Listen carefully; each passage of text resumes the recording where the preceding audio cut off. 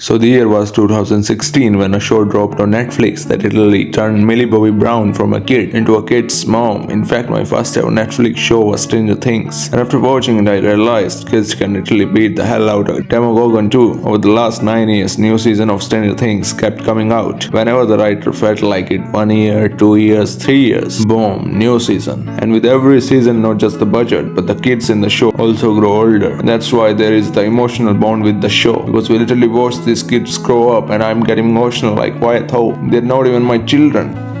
But these kids are the reason this show survived so many years. But being a child actor is not a child's play. How? So today I'm gonna talk about what challenges come with working with a child actor. So shall we begin? First thing, understand this before pointing fingers. A kid's brain is like a blank page. Whatever gets written on it becomes super hard to erase. From a psychology perspective, the first big issue with child acting is emotional stress, because kids are made to play complex characters. They need to show happiness, anger, fear, madness, sometimes all within the same scene. The poor kid's brain get overloaded, and at that age they're developing identity, figuring out who they are and how they feel. Sometimes they don't understand which emotion are theirs and which emotion belong to the character. Like imagine a kid playing a villain. Yes, all kids are villains by default, okay, but still he may start feeling the straits in his real life, which leads to confusion and behavior changes. That's where development psychology comes in, to support the kid mentality and emotionality. To reduce these challenges, guided debrief session. After shooting, the kid is talked to about their feelings, or distancing technique, for example having a costume ritual, like making the kid spin or run before wearing the costume, so the mind switches in and out of character. When I was a kid, I used to think, wow, child actors are so lucky, no homework. But after growing up, I realized their life was worse than mine, because they had to act plus do homework. No kid in human history enjoys homework. That's why working hours are super important for child actors, otherwise it becomes child labor. Movie shoots already stress even adults. Ask Ezra Miller.